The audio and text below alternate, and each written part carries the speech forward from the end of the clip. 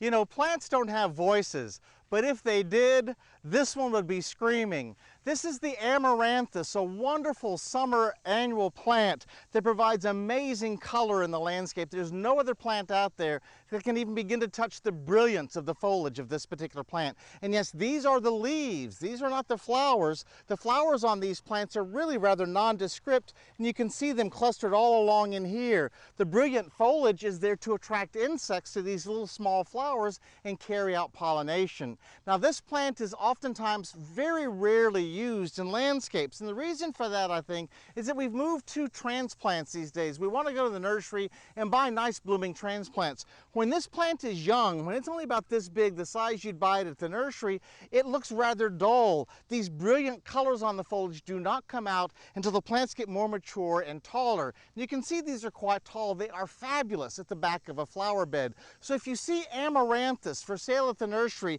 and you're not impressed with those little plants, buy a few and stick them to the back of your flower garden, and you and your neighbors and friends will be simply amazed by the results.